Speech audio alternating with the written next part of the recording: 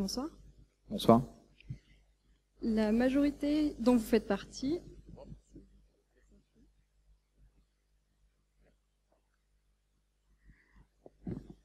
C'est les roulettes qui... Ça, c'est les carafes ne roulent pas. Sans vouloir dire qu'il ne faut pas utiliser de bouteilles en plastique, mais les carafes ne roulent pas. Pour la prochaine fois.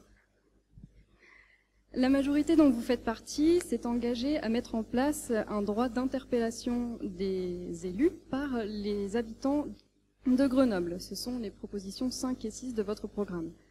Ce droit d'interpellation consiste en la possibilité pour les habitants de Grenoble de plus de 16 ans de faire une pétition sur toute question qui concerne la ville. Et si cette pétition rassemble un certain nombre de soutiens, elle est soit discutée en conseil municipal, soit elle est soumise à ce que vous appelez une votation citoyenne qui engage la municipalité. C'est un processus de démocratie directe, c'est-à-dire un processus dans lequel les citoyens exercent directement le pouvoir sans passer par leurs représentants. Votre programme politique s'inscrit d'ailleurs bien dans cette veine de démocratie directe puisque vous proposez de donner un pouvoir d'agir à chaque habitant. La France est un État unitaire, décentralisé certes, mais unitaire, c'est-à-dire que ses démembrements, les collectivités territoriales, disposent d'une faible part de pouvoir.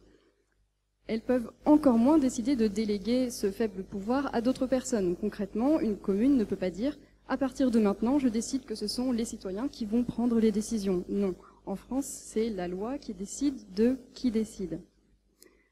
Donc, la forme juridique de l'État français est un premier élément peu favorable à la mise en place du droit d'interpellation. Et à cela, il faut ajouter un deuxième élément.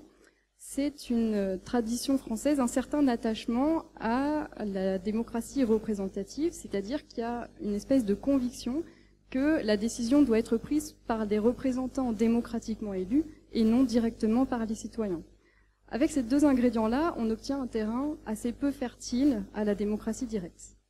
Alors la démocratie directe, elle n'est pas pour autant complètement impossible en France, elle est très strictement encadrée.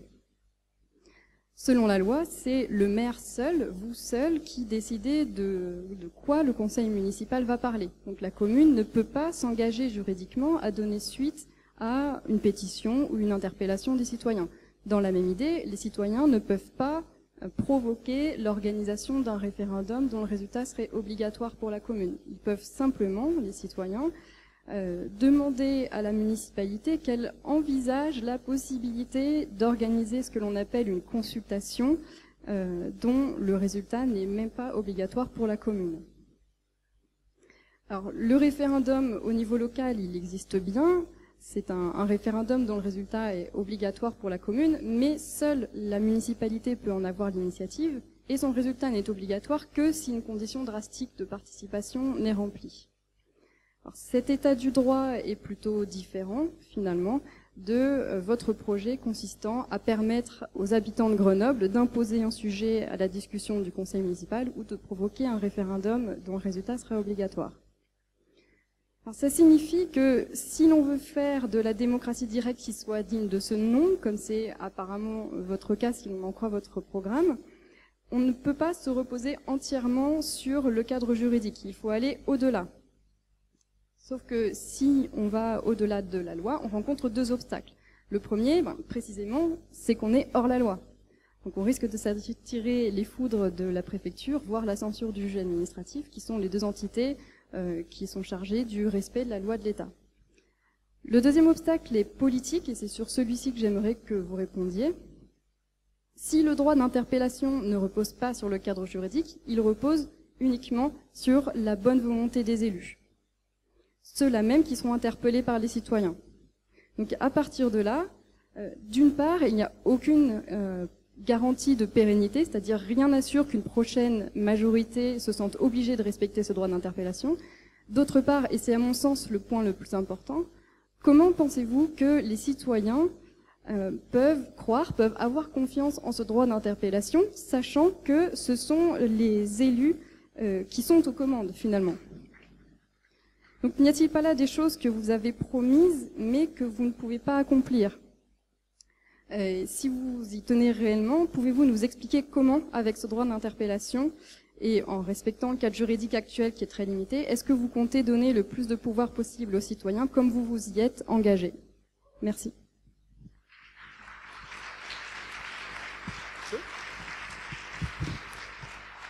Alors, je crois que c'est la question sur les aspects juridiques proprement dit, sur lesquels j'ai choisi d'appeler mon joker.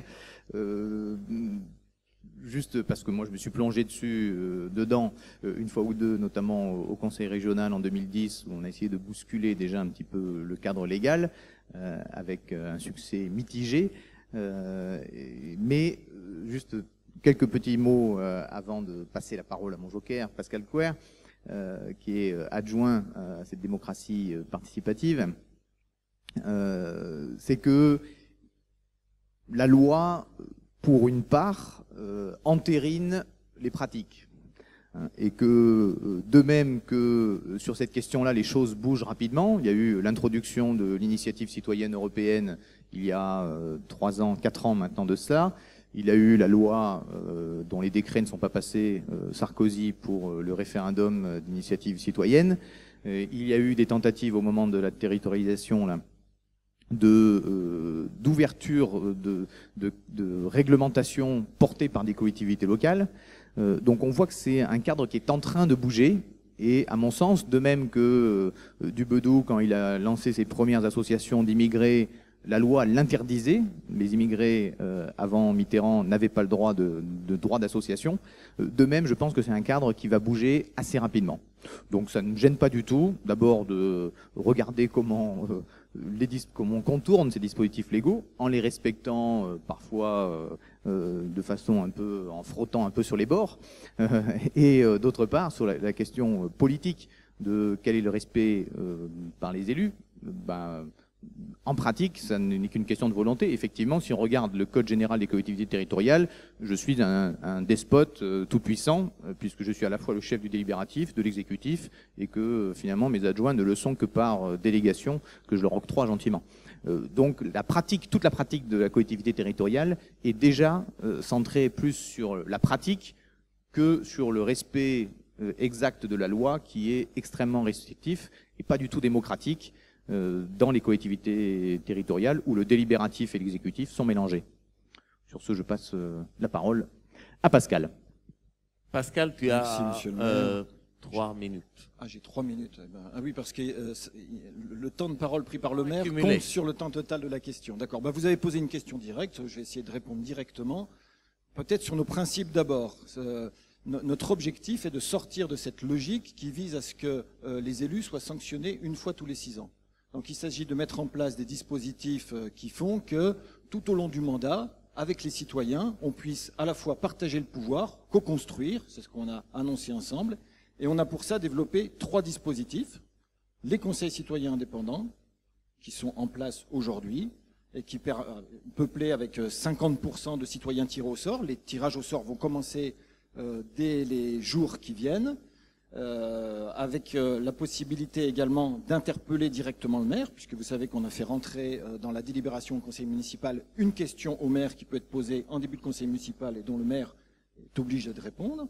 Ces conseils citoyens indépendants sont un élément très important parce qu'on sort de la logique des conseils consultatifs de secteur qui n'étaient pas tellement indépendants, puisqu'ils étaient coprésidés par un élu et il y avait toujours le soupçon de l'instrumentalisation par la mairie. Deuxième chose, ils sont formés à 50% de citoyens tirés au sort, avec l'objectif d'aller chercher les plus éloignés de la démocratie. Le deuxième dispositif, c'est le budget participatif, qui va tout de suite arriver là au printemps. 800 000 euros en investissement de projets décidés par les citoyens grenoblois, avec un certain nombre de tranches de projets, un gros projet à 300-400 000 euros, deux projets autour de 100 000 euros, et 7-8 projets entre 0 et 50 000 euros, avec des propositions là maintenant au printemps, un vote au mois de septembre et les démarrages des projets en investissement dès l'année 2016. Donc là aussi une construction. Puis je termine quand même en conclusion sur ce que vous avez dit en regardant le temps. Effectivement, il y a un problème juridique quant au droit d'interpellation. Alors je dirais qu'il y a 2 questions qui sont posées. La première question, c'est la question du seuil, qui est un problème politique, puisque vous l'avez posé au niveau politique. On s'est engagé à ce qu'à partir du moment où une pétition recueillait 2500 signatures, le sujet serait abordé en conseil municipal, ferait l'objet d'un débat et d'un vote. On est en train de réfléchir sur la question de ce seuil de 2500 signatures qui nous paraît, d'après les premières études universitaires et les premières, conseils qu'on a demandé, assez élevé. Et peut-être qu'il faut réfléchir pour abaisser ce seuil. La deuxième question, c'est sur les 8000 signatures et la votation et l'application de la votation. On est en train de réfléchir aussi pour savoir s'il n'est pas possible de passer par un vœu qui nous permettrait de lever, de passer, comme le disait le maire, en bordure pour réussir à mettre en place notre dispositif. En tout cas, notre engagement, il est fort, c'est de partager le pouvoir. Moi, j'étais il y a quelque temps encore un citoyen, un Grenoblois parmi les Grenoblois, engagé dans des luttes sur l'urbanisme, sur la question de l'espace public, sur la question de l'éducation. On s'est retrouvés tous avec Éric Piolle. J'ai le droit à la minute ou pas supplémentaire ?